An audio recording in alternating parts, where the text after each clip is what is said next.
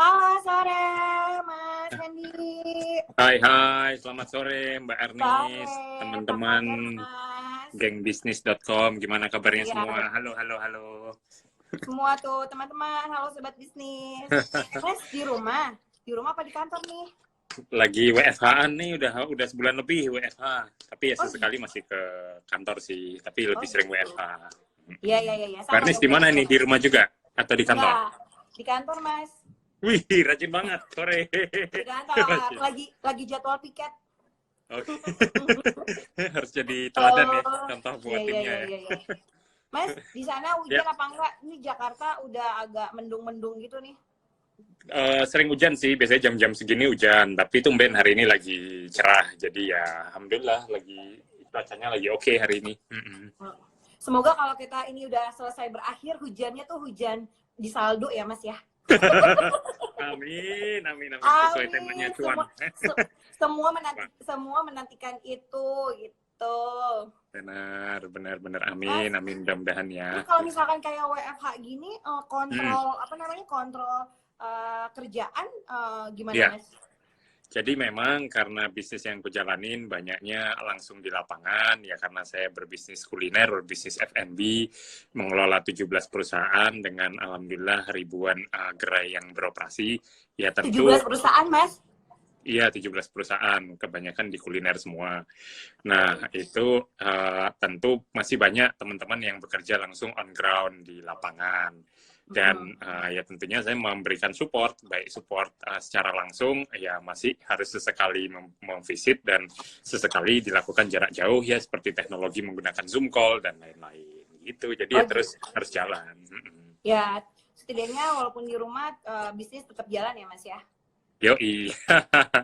Tapi kalau misalkan kayak di Baba Raffi sendiri ada ini gak sih Mas? Ada rules kayak misalkan harus take away, terus menyediakan hand sanitizer atau gimana gitu? Bener banget, itu udah kita terapin per pertengahan bulan lalu, per Maret Oh, bulan lalu. berarti dari awal-awal memang pandemik ini mulai langsung diterapin gitu ya Mas ya? Langsung diterapin, bener. Jadi ya stasinya tentu lebih ketat. Kalau sebelum pandemik cuman menggunakan sarung tangan aja sama cap topi, ya sekarang menjadi lebih ketat. Ya cuci tangan harus lebih sering. Kemudian hand sanitizer disediakan di depan counter khusus buat teman-teman ojek online yang mungkin lagi pick up makanan. Kemudian menggunakan masker selalu, dan beberapa store juga sudah kita mulai lengkapi dengan ini face shield yang model akrilik gitu. Jadi mereka Model, menggunakan oh itu ya di yang kayak tentara-tentara itu ya Mas yang dari tapi nggak yang itu yang Nika akrilik itu ya. aja, bukan yang buat Oh, medis, jadi akrilik masih oke, aja. nggak apa-apa. Oh gitu. Gitu. Mas, tapi kan ini kan orang kan Jadi, jadinya banyaknya lebih ke take away kan. takeaway benar. Lebih ke take away kayak gitu. Nah, Kalau sobat bisnis kayaknya bakal jadi kepo nih Mas. Ada gak sih ya, dengan take away ini ada penurunan atau gimana ya, dari segi omset? ya. Jadi memang di balik krisis selalu ada peluang, dan saya percaya salah satunya lahir orang-orang kaya baru itu justru dari krisis gitu. Jadi Oke. ya mudah-mudahan salah satunya teman-teman yang lahir sebagai orang kaya baru yang lagi ikutan IG Live hari ini. Tapi Oh iya, alhamdulillah. Ah berarti saya memang termasuk ya Mas? iya dong, juga termasuk Mbak Oh Ani. iya, Jadi alhamdulillah. memang ada yang industri yang down, yang falling, sama industri yang justru rising, yang justru meningkat. Nah, di bisnis kuliner ini kena dua sisi. Teman-teman yang berbasis dine-in atau makan di tempat, atau yang seperti lokasinya di mall, itu pada turun pasti, karena konsumen Ya. yang dine-in, mereka membatasi diri untuk datang langsung ke store. Namun sebaliknya, online ordering itu justru naik bahkan 2 kali lipat sampai lebih. Itu dialami oleh kami. Jadi bisnis model kami yang berbasis Grab and Go dan berbasis penjualan online itu justru meningkat 2 kali lipat bahkan lebih gitu di beberapa store-nya. Jadi itu Oh, menjadi satu benar ya.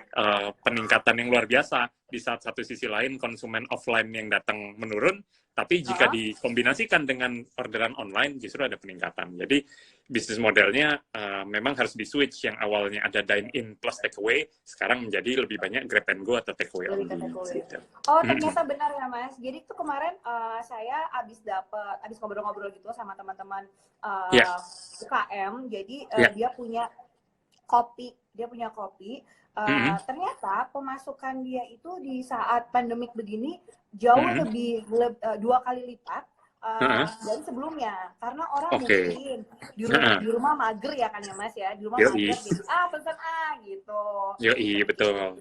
Oh benar Dan ternyata. saya amati justru banyak yang peluang bisnis yang teman-teman justru berhasil meningkat di situasi seperti sekarang gitu. Seperti contohnya yang teman-teman sebelumnya seminarnya adalah offline atau datang ke event-event atau acara. Sekarang banyak juga teman-teman yang menyelenggarakan seminar berbayar online.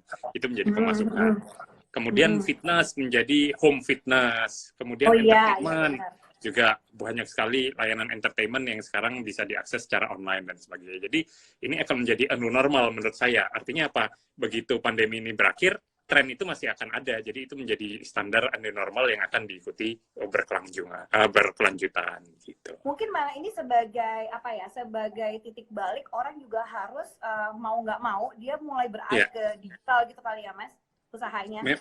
Mau nggak mau kita dipaksa kalau mau survive seperti itu. Jadi ibaratnya itu, ini kalau seperti jaringan PLN lagi drop, lagi down, kita paksa pakai genset. Supaya apa? Bisa hidup, supaya ada cash flow-nya. Dan kalau komputer itu ibaratnya kita sedang kontrol alt del, lagi di reset nih.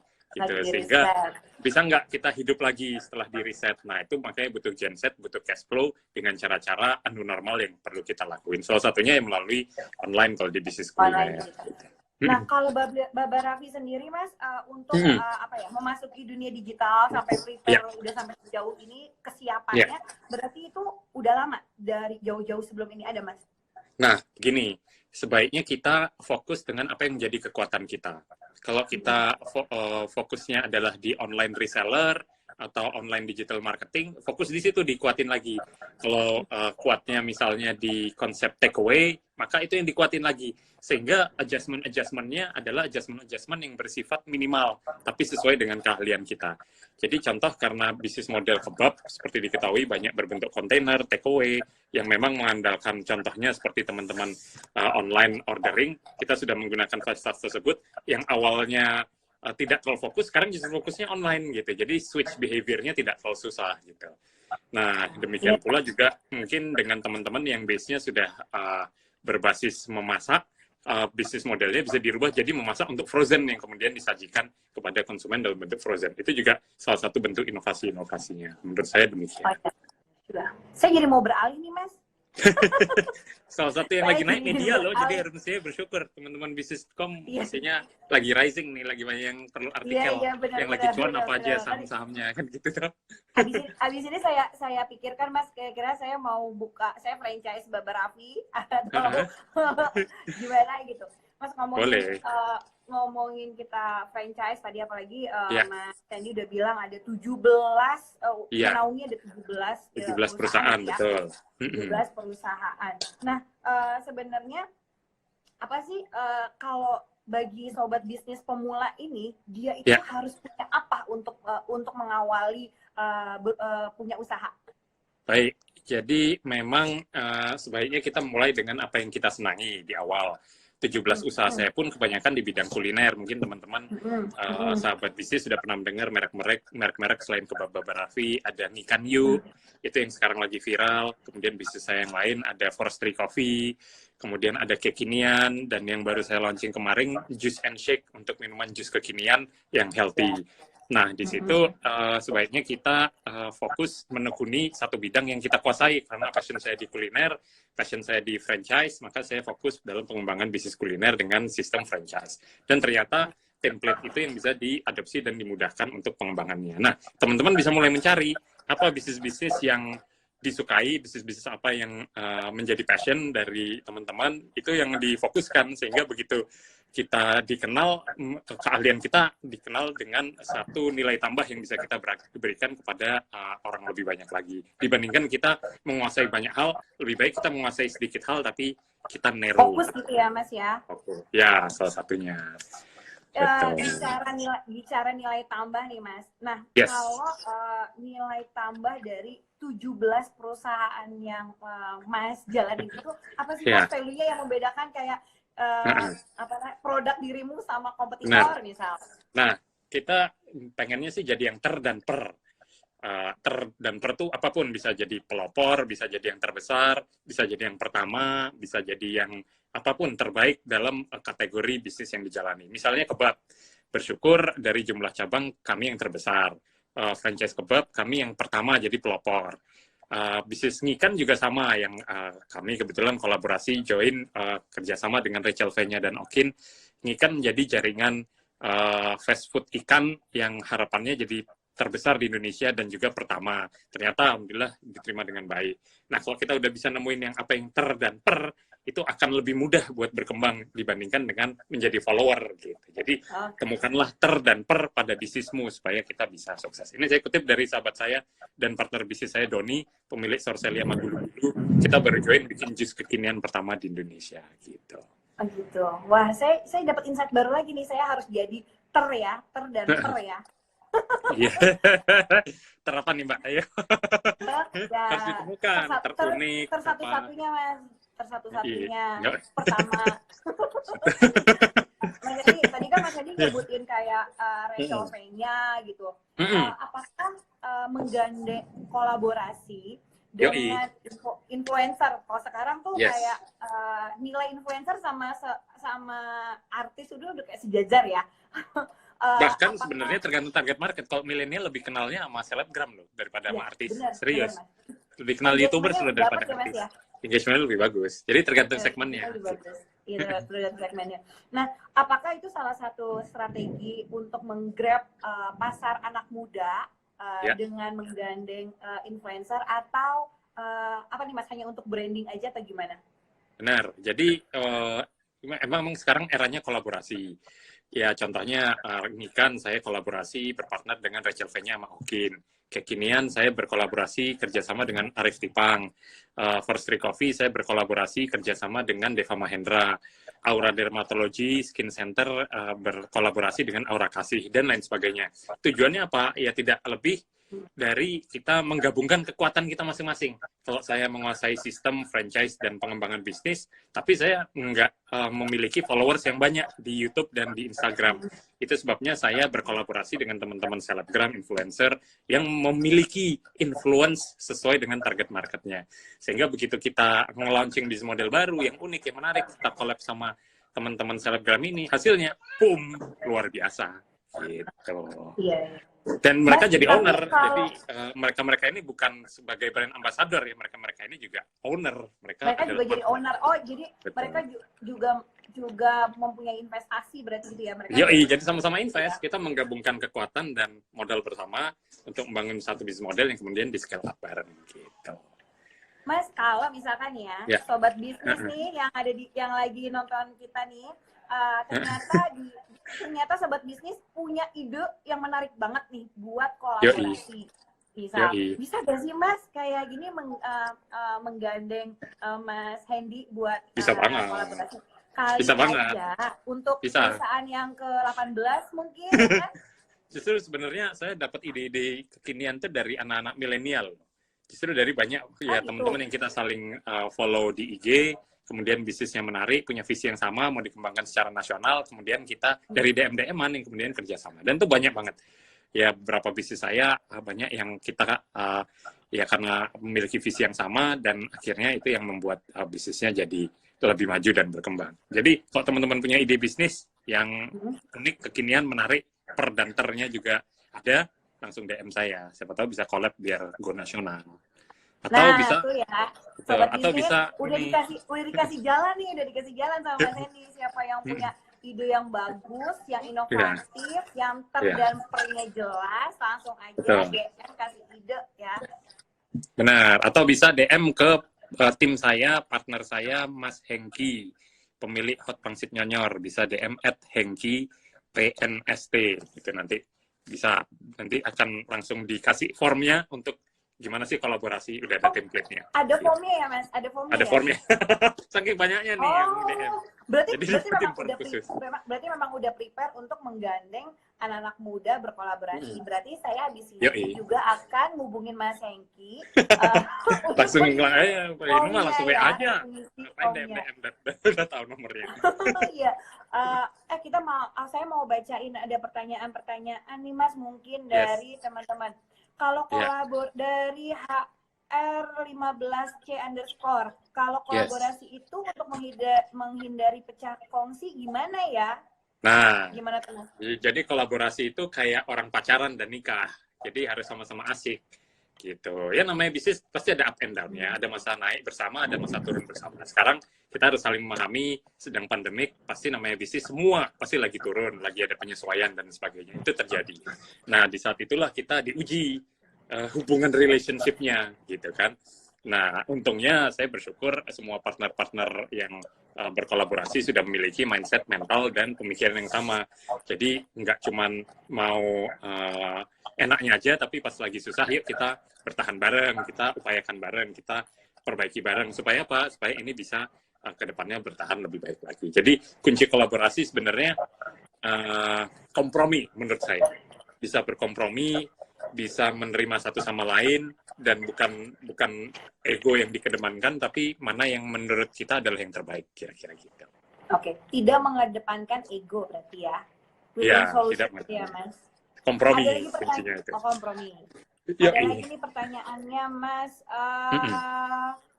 Sekarang kan musim COVID dan sebentar lagi musim puasa. Ada strategi khusus nggak? Berarti strategi penjualan menjelang puasa nih, Mas. Benar. Ada nggak? Agak berbeda ya, soalnya ya maksudnya saya sharing nih ke beberapa teman-teman sesama entrepreneur di bidang yang lain. Kalau dulu fashion teman-teman udah pada nyetok barang banyak menjelang lebaran, biasanya kan fashion trennya selalu naik nih menjelang lebaran. Nah sekarang mereka nggak berani stok terlalu banyak, takutnya jadi dead stock, jadi disesuaikan dengan kondisi harian. Yang kedua adalah bisnis kuliner juga sama. Biasanya bisnis kuliner tuh naik karena menjelang berbuka orang kan pasti carinya makan, itu juga sama. Tapi ya sekarang kita feeling saya nggak perlu overstock terlalu banyak, samain aja dalam kondisi normal. Kenapa? Karena toh lebarannya juga dimundurin kan nanti, jadi lebih pendek dan momennya orang juga nggak spending. Jadi kita dengan konsumsi harian aja, jangan sampai uang kita jadi stok yang banyak, jadi dead stock yang banyak, malah nggak bisa keluar. Mending kita sesuaikan sama kondisi realistis saja seperti sekarang gitu. Jadi saran saya, Lebaran tahun ini mungkin feeling saya nggak se-booming biasanya, tapi nggak apa-apa, kita bisa investasi di kebaikan. Katanya investasi yang terbaik saat bulan Ramadan dan kondisi sulit adalah kebaikan. Jadi siapa tahu dengan kita bagi-bagi produk kita ke misalnya tenaga medis, ke adik-adik panti asuhan, atau yatim piatu, dan misalnya teman-teman garda terdepan seperti teman-teman ojol, rezekinya malah datang dari tempat yang nggak diduga-duga. Tempat yang benar, Mas. Ini juga menjadi ajang ladang pahala ya, Mas. Yoi, benar banget. Yoi. Mas, kalau kita ngomongin ini nih, apa namanya, brand lokal di kuliner, kedepannya itu kayak gimana sih, Mas? Oke. Jadi gini, orang sekarang semakin bergeser karena sudah ada new normal ya. Apa? Standar kebersihannya pasti lebih baik, standar higienisnya pasti lebih baik, standar dalam menyajikan makanannya pasti lebih steril. Kalau sebelumnya orang mungkin lebih asal-asalan, cuek makannya, udahlah yang penting enak, yang penting rasa doang, tapi nggak mengedepankan sisi higienitas dan kebersihan. Sekarang udah bergeser. Sekarang new normalnya adalah penyajian makanan sudah harus bersih, higienis, rapi, steril. Ya proses-proses itu sudah menjadi standar. Itu yang pertama. Yang kedua adalah tren. Kalau dulu semakin gede tempatnya, semakin megah tempatnya, semakin kekinian buat selfie, itu semakin keren gitu. Tapi sekarang mungkin orang lebih pintar lagi. Wah, kalau nanti seperti ini mending store-nya kecil-kecil aja deh, tapi bisa take away dan sebagainya. Jadi lebih bergeser dari tren dine in ke tren take away. Dan ya lain-lain, sekarang konsumen lebih cerdas, maunya value for money. Jadi kalau dulu mau makan mahal asal tempatnya nyaman, menarik gitu. Nah, sekarang mungkin konsumen ya lebih ketat ya. Jadi konsumen carinya yang sesuai dengan budget, tapi juga harapannya tetap terjaga dari sisi kebersihan, healthy, cleanliness, dan lain-lainnya itu tadi. Gitu. Ini kayaknya banyak yang bertanya gimana cara mau kolaborasi, gimana cara dapetin investor. Tadi kita udah bahas, mungkin nanti bisa dilihat di live-nya yang udah kita save ya, teman-teman, sobat semuanya. Mas, pertanyaannya lagi, ini kan banyak banget ya.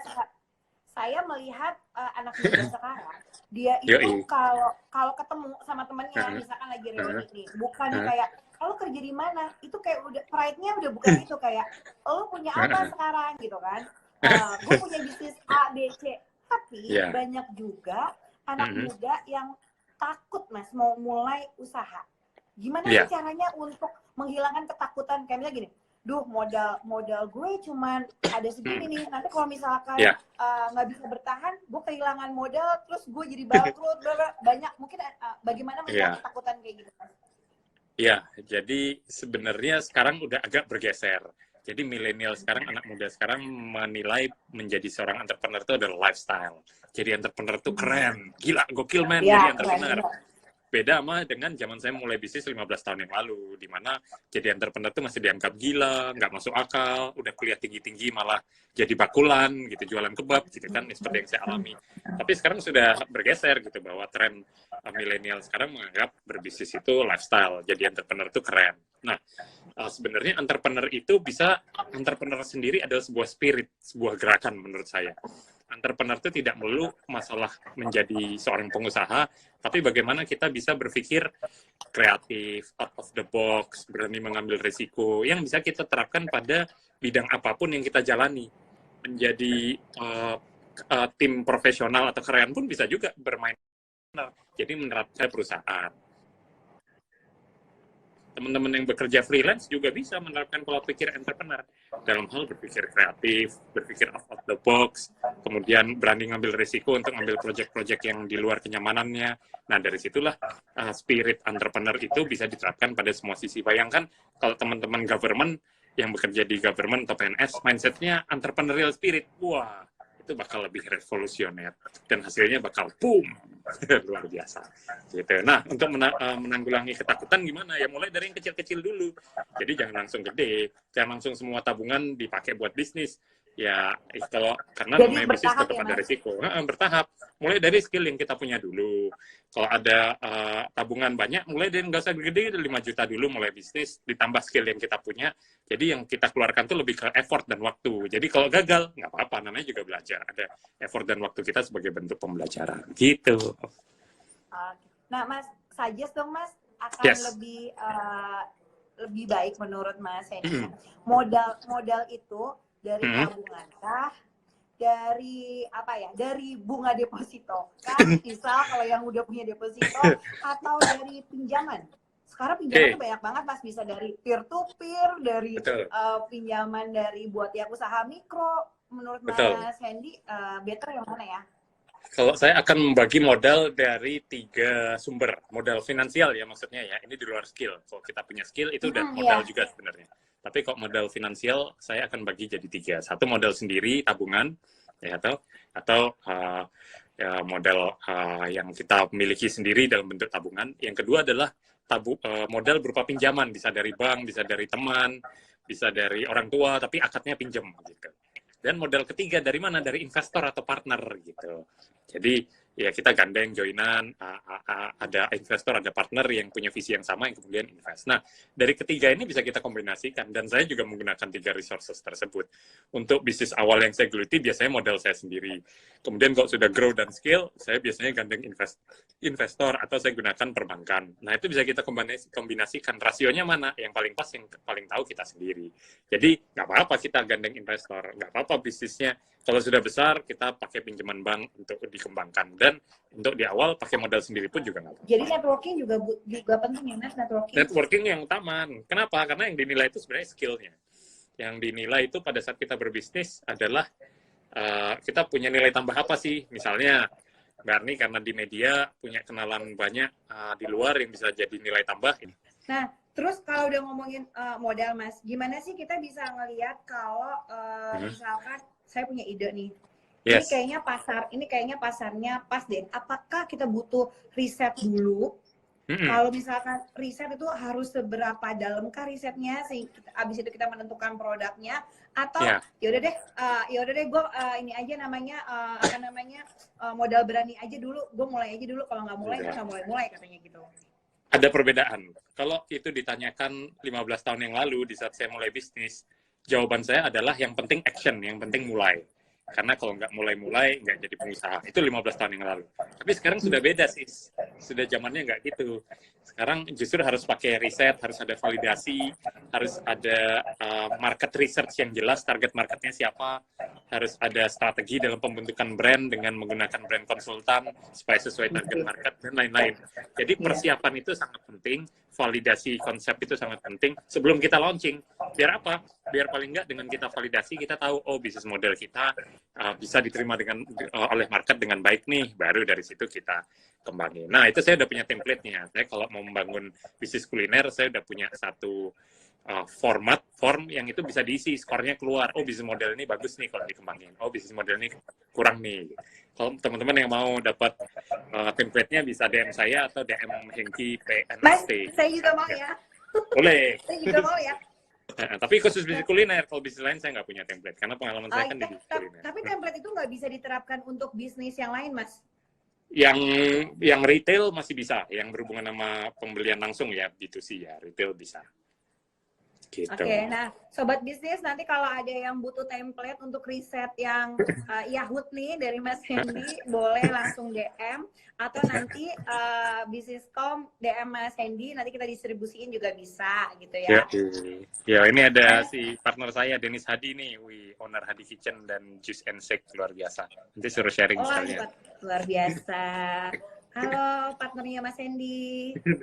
Ya, ada Yasir juga, ada ya Mas Hengki PNST bisa. Ya. Juga ada. Mantap. Mas Hendy, ini kan Mas Hendy kan 17 perusahaannya itu kan semuanya kuliner ya. Kebanyakan kuliner, ada yang non kuliner juga. Kuliner. Oke.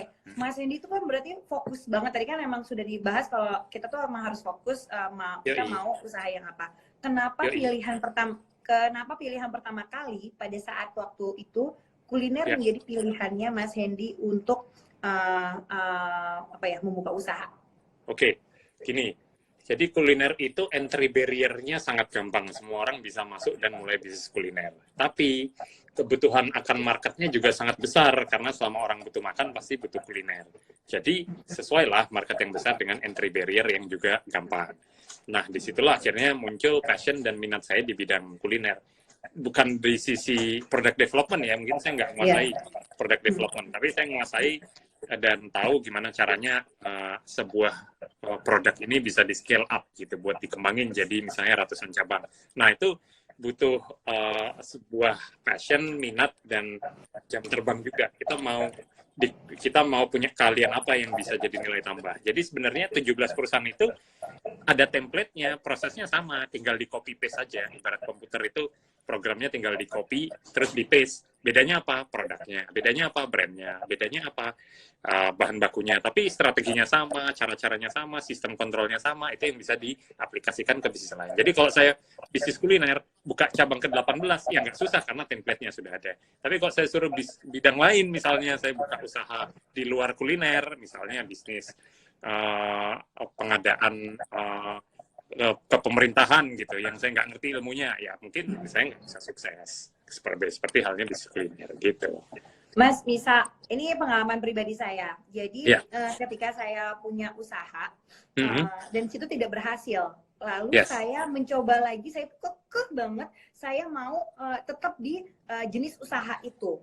Menurut pandangan seorang Mas Hendy, apakah memang saya harus tetap pada pada minat saya, atau saya harus kayaknya gue harus ganti deh nih, sekarang gue mau ke bisnis kuliner gitu, atau gimana?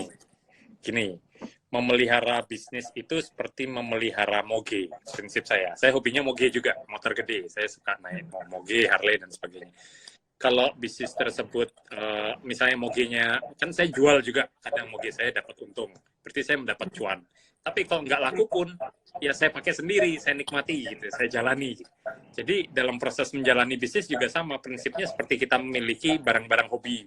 Kalau kita jalani, kita senang, tapi kalau laku dijual, itu pun juga jadi nilai tambah karena ada cuannya gitu. Jadi perlakukan bisnis kita seperti apa yang kita senangi, yang kita cintai. Jadi create bisnis itu kayak sebenarnya punya anak, punya baby. Kita senang ngeramutnya, bangunnya, apa dan sebagainya. Nanti kok udah gede, udah bisa lari-lari, menghasilkan, nah itu kita tinggal nikmati hasilnya. Tapi dalam proses ngeramut tersebut, ya harus telaten gitu.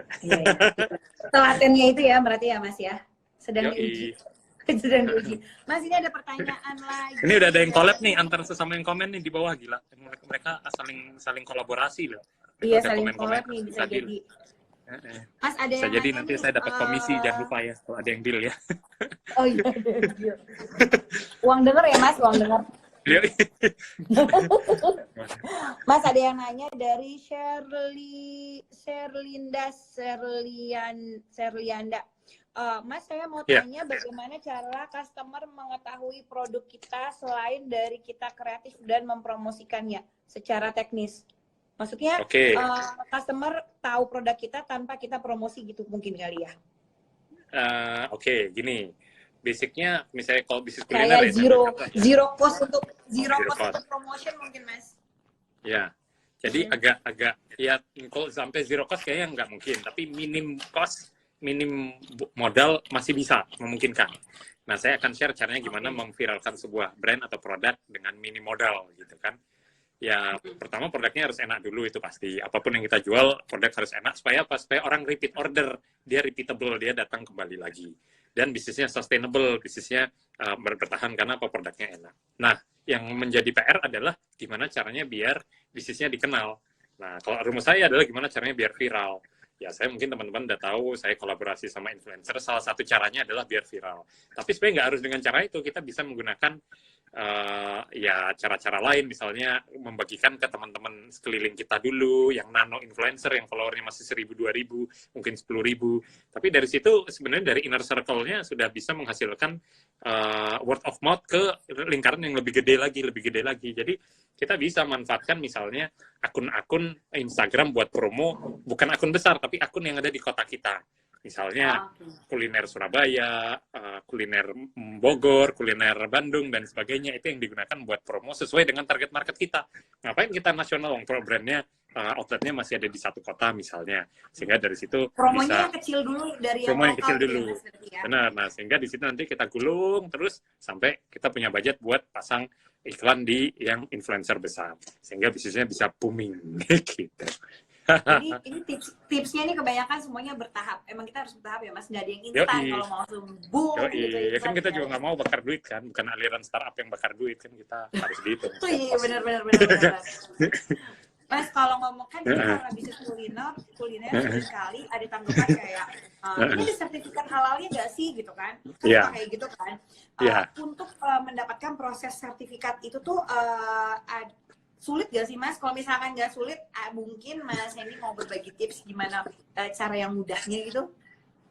Ya, zaman sekarang pasti orang lebih concern ya, orang pasti nyari punya sertifikasinya nggak, BPOM-nya minimal PYRT atau halalnya ada nggak, itu udah pasti. Apalagi itu akan jadi new normal, akan jadi standar baru.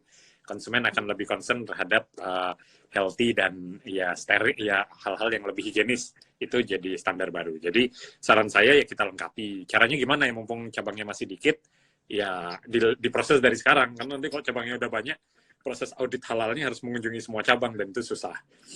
Mending kalau kita bermulai, cabang masih kecil, kita daftarkan mereknya, urus halalnya, daftarkan badan usaha, itu akan lebih mudah kalau proses cabangnya masih dikit. Nanti kalau udah gede, akan diaudit satu-satu. Wah, itu jadi lebih pusing ya Mas, ya. Lebih banyak soalnya. Tapi ini ada pertanyaan lucu nih, bisa nggak modal rebahan, santuy gitu, tapi bisa dapat cuan, gimana caranya gitu? Itu bisa nggak sih Mas, kita cuan sambil rebahan?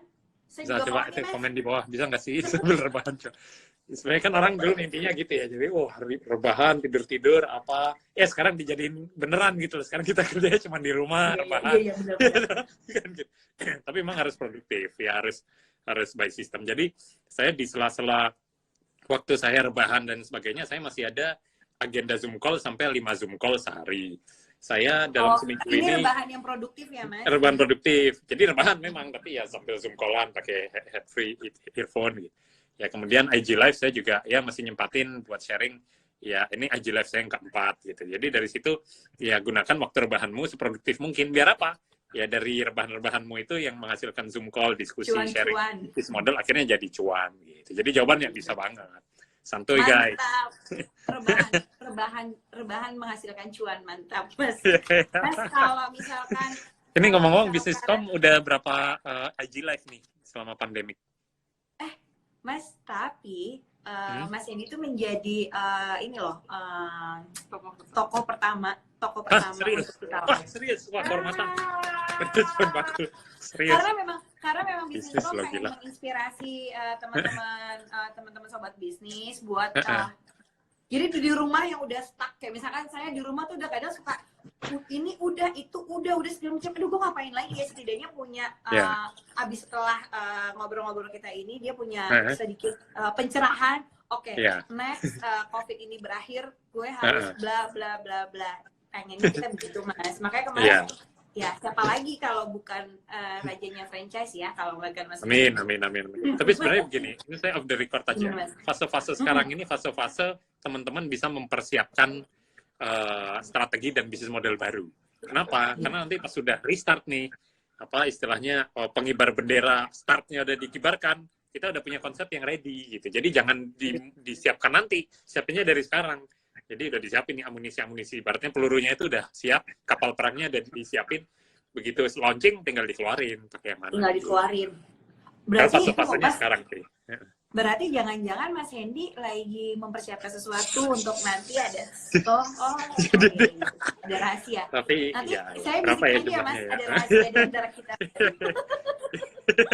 Mas, ini dong kasih semangat teman-teman biar selama pandemik ini teman-teman biar tempat semangat, biar nanti setelah ini mereka punya inspirasi usaha, apalagi melihat ekonomi seperti ini. Ada nggak Mas pesan-pesannya? Ya, yang pertama tentu aja stay safe everyone, tetap jaga kesehatan. Yang pertama kesehatan dulu, kita harus lindungi kita yang utama untuk tetap sehat. Yang kedua, gunakan waktu rebahanmu seproduktif mungkin. Saya akhirnya sekarang sudah hampir selesai mengikuti podcast-podcast yang saya dulu tertinggal. Saya di waktu rebahan saya sudah mengikuti banyak YouTube atau IG Live yang menurut saya produktif. Buat apa? Buat bekal. Sehingga nanti begitu waktunya sudah selesai, pandemik berakhir, ya kita bisa gunakan ilmu-ilmu tersebut untuk bisnis kita yang lebih produktif. Jadi saran saya, nggak usah mengeluh, nggak usah menyalahi siapapun, ya, jangan menyanyiakan waktu kita, gunakan seproduktif mungkin. Agar apa? Agar begitu waktunya dimulai, kita sudah siap untuk membumingkan dengan ide-ide baru. Jadi tetap semangat guys. Iya, tetap semangat guys. WFH yang berfaedah ya Mas. Tetap berfaedah dong. WFH yang berfaedah. Mas, balik lagi kita ngobrol tentang bisnis nih. Sekarang kan juga banyak bisnis kuliner yang bermunculan. Dan seberapa penting packaging itu menurut Mas Hendy? Packaging. Apakah itu sebagai daya tarik pertama kali orang mau beli atau gimana Mas? Packaging itu sangat penting. Jadi gini, itu linear dengan konsep branding menurut saya. Jadi branding itu jangan asal-asalan. Turunan dari branding apa? Ada packagingnya, ada target market yang dituju, ada konsep bisnis modelnya dan sebagainya. Itu satu kesatuan dalam membentuk konsep branding. Jadi kalau kita bicara branding, launching sebuah merek, itu harus diperhatikan dengan detail. Nggak cuma packaging yang bagus saja, tapi gimana ini sesuai nggak sama produknya, sesuai nggak sama target marketnya. Seperti bahasa komunikasi di sosial media. Kalau target kita milenial, ya gaya komunikasinya harus guys, yo guys, halo sis, dan sebagainya gitu. Tapi kalau target kita menyesuaikan pasarnya ya Mas? Menyesuaikan pasarnya, nah itu sesuai. Jadi nggak cuma packaging yang bagus saja, tapi packaging yang bisa berkomunikasi. Cantumkan kata-kata yang mengundang konsumen untuk mau apa? Mau posting, ih lucu ya packagingnya, ih kata-katanya lucu ya. Akhirnya dia mau foto dan diposting di sosial medianya, kira-kira gitu. Mas, kalau boleh dikasih nomor gitu. Yes. Sehabis modal, apalagi nih yang butuh kuat. Justru modal itu bukan yang utama loh, menurut saya ya. Modal bukan yang utama, ide yang pertama. Tetap idea, tetap bisnis model menurut saya yang pertama. Jadi idea, bisnis model, produk, modal, produk dulu, baru modal, baru development gitu. Karena ya setelah konsep di atas kertas ready, baru kita launching dalam bentuk development kan. Jadi menurut saya itu idea, bisnis model, produk, modal, baru development Gitu. Baru development. Oh, modal berarti nomor 3. Emang ngomong ada ide bisnis apa? Sharing dong. Mungkin bisa ada yang mau invest di sini.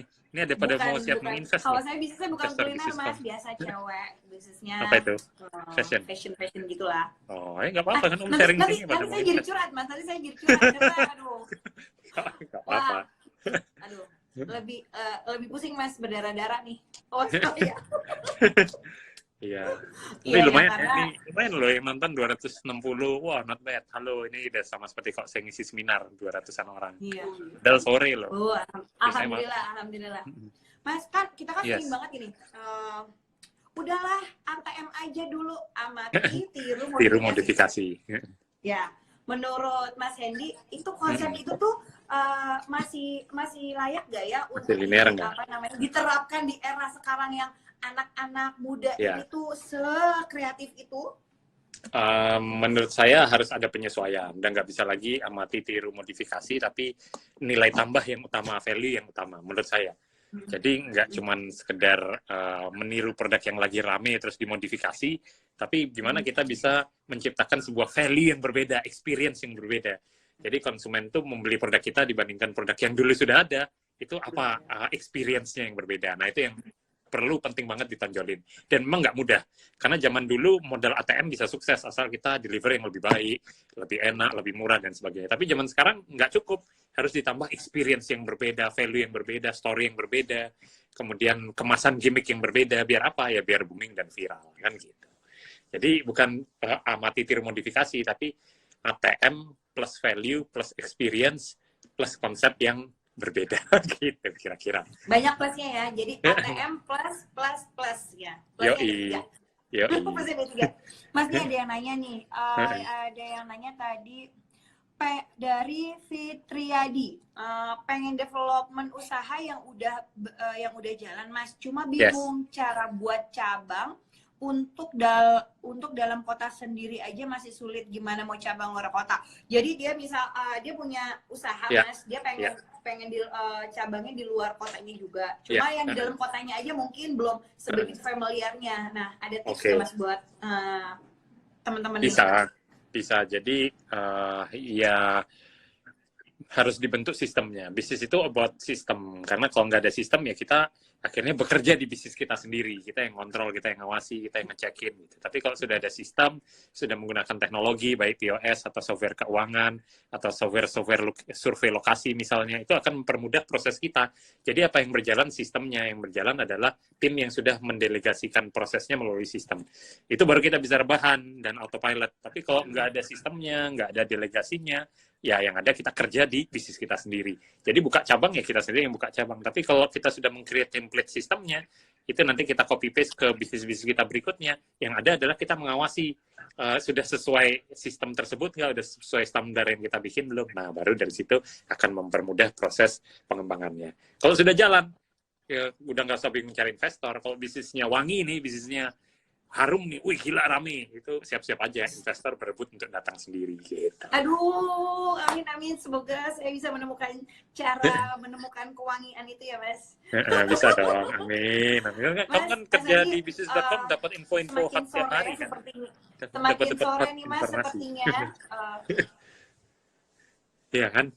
Mas Hendy, semakin sore sepertinya, dan buat teman-teman sobat bisnis yang baru join, mungkin nanti bisa dilihat live-nya, ini kita save kok, bisa nanti diputer kayak gitu ya, Mas, kayak belajar, ada bukunya, dibaca terus mungkin nanti bisa menginspirasi.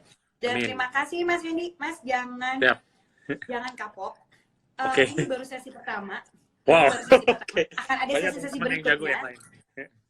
Karena ini bisa aja live, mungkin next kita bisa collab untuk bikin kelas inspirasi atau scale up ya Mas ya. Sekarang kan zamannya scale up tuh kayak gimana, kita bisa bikin kelas scale up, terus bisa juga Bisniscom punya video di channel YouTube, nanti kita juga bisa collab di situ. Sekarang zamannya collab mah banyak ya Mas, enak ya. Iya, santuy. Terima kasih Mas Hendy sudah join dan menginspirasi. Thank you teman-teman udah join. Makasih semua. Terima kasih teman-teman sobat bisnis. Kita sampai ketemu lagi. Thank you ya Mas Hendy. Bye-bye. Sampai ketemu. See you. Sobat bisnis, jangan lupa nanti lihat aja live-nya ada di IG kita, kita save, atau di YouTube-nya kita. Dan ditunggu lagi live-live yang selanjutnya yang menginspirasi sobat bisnis. Oke? See you. Bye-bye. Bye-bye. Yeah, thank you. Thank you.